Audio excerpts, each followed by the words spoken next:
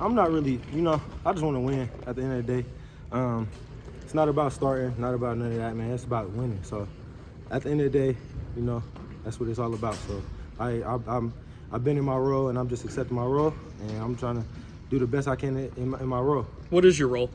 For this team, it's being a sixth man, coming off that bench, be a good player, and just play the right way, make the right plays, and just play the right way. Do you think you would have made that the same decision if you were younger? Like, if you could go back into, like, the freshman mind of Nike Sibande, do you think you would have made that same choice, or do you think that that's a choice that was developed with maturity? It's definitely developed with maturity. I probably would have been more emotional as a youngin', but I understand how the game goes. So it's not a sprint, man. It's a marathon. So that's my mindset. How nice was it? I mean, obviously, this win probably doesn't give you the same amount of excitement as a win over North Carolina or Virginia, but to end that 2-game skid and to get back in the win column, I mean, that's got to feel really good for you. Yeah, it felt good. Any win is going to feel good.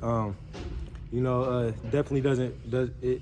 Any win feels good, but we just gonna keep going and focus on what's next. And we got Louisville next, so that's what we're looking forward to. That phrase you used there, it's not a sprint, it's a marathon. Greg said the exact same thing to us the other day. Is that some form of a motto, or is that something you guys are trying to abide by?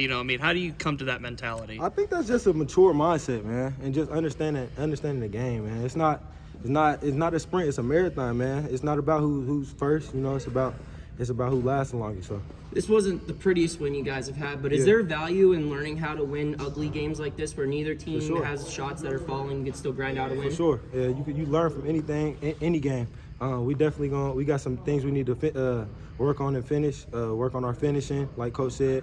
We had a couple layups where we could have finished and been stronger, but we definitely gonna pull some things out of film and look at them and work on them. Wasn't as big of a rebounding margin tonight as it was on Wednesday. Do you feel like you guys were starting to make strides in cleaning that up? Yes, sir, definitely. I feel like that's an emphasis that we all preached on, guards and bigs, and I feel like that was an emphasis on tonight's game, and we're going to continue to emphasize that in the future. What does it mean to rebound from a loss like you guys had Wednesday, to be able to come out and win? It's huge. It's huge. It's huge for us.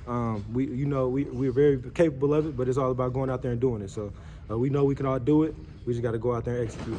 Is it any different being the favorite now? I mean, I don't think and I know you definitely don't pay attention to the point spread or anything, but you're playing games that you're expected to win now here at Pitt, which is something that you don't have a lot of experience with prior to this year. Is that different now, or is it just the same mentality? I don't really look at none of that, man. I just go out there and play the game at the best I can. I don't really care about the spread or who they got winning, man. Because at the end of the day, you got to go out there and put your pants on just like the next man. So you got to go do your thing. So that's how I look at it. Coach Capel talked about some of the defensive adjustments made in the second half. What do you think was the biggest difference for you guys in the second half? I feel like rebounding.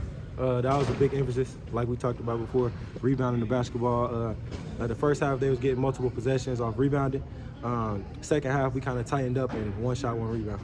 All right, guys.